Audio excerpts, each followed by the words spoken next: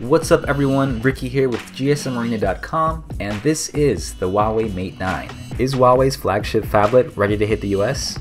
Let's find out. Right away we can see the hardware of the Mate 9 is a refined version of the Mate 8. It's mostly unchanged. The Mate 9 is actually 1.7mm slimmer than the Mate 8 was, and that's because the Mate 8 had a 6-inch screen and the Mate 9 has a 5.9-inch screen. So while this does make the phone a little bit slimmer, it's not going to make a huge difference. 5.9 inches is still a pretty large phone.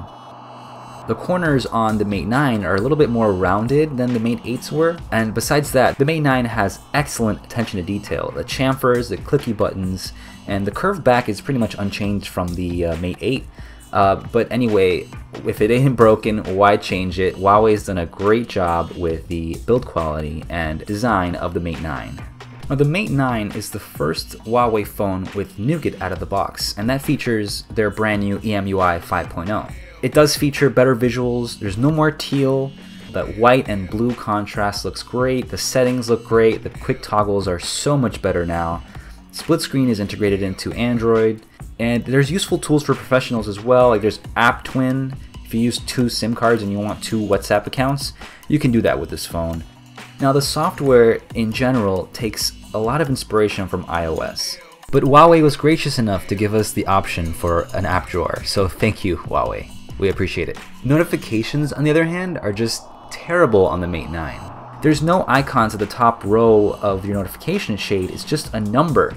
So if you have 4 notifications, 1 is from your calendar, 2 are from Facebook, and 1 is a text, you can't see any of that until you actually pull the shade down. And there's no way to change it back to how it was. All you can do is turn this off or leave the number. And even just changing the launcher is a mission. Like, you have to go to your default settings, there's so many steps involved. It's popular for Chinese manufacturer skins to be like this, and we're not so sure it'll do well in the US. Moving on to performance, the Kirin 960 CPU is an octa-core beast. Now that's paired with 4GB of RAM and a Mali G71 GPU. Now when the 950 came out in the Mate 8, it topped benchmark charts.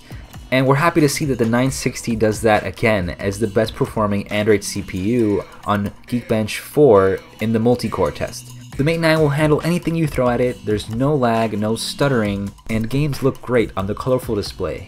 Now Huawei decided for a 1080p LCD IPS screen on the Mate 9. The colors look great, it's a bright screen. We don't mind that it's 1080p, but the display density is lower than many other phones, and we would hope to see a QHD screen on the Mate 10. The Mate 9 does have stereo speakers, and the bottom one is pretty loud, but the front-facing one is not as loud as we would have hoped. That said, the loudspeaker is pretty loud, so you shouldn't have any problems there. Porsche-designed Huawei Mate 9. Beautifully crafted handsets, packed with our latest technology.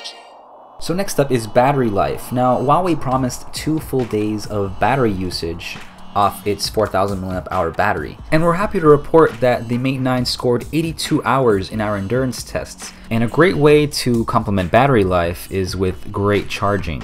In our tests, the Mate 9 went from 2% to 50% in 25 minutes. That's crazy fast. Now onto the camera. Huawei partnered with Leica again for its 2nd generation dual lens setup, which was first seen on the Huawei P9.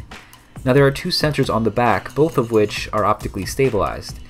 The camera uses details from the monochrome sensor and then colors them in with data from the RGB sensor. And the result are some great looking pictures, true to life colors, great details, and well represented textures. Dynamic range does well, especially in monochrome mode. There's even a hybrid zoom which works mostly with software algorithms to achieve higher level of details even from far away.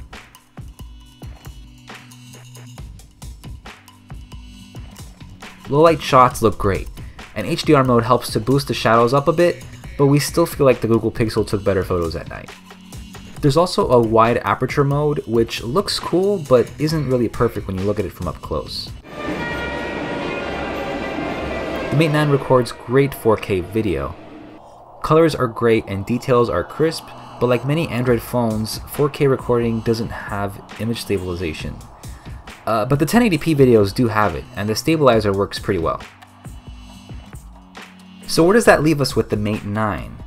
You know, with Huawei entering the US, it might be a worthy alternative to the Note 7.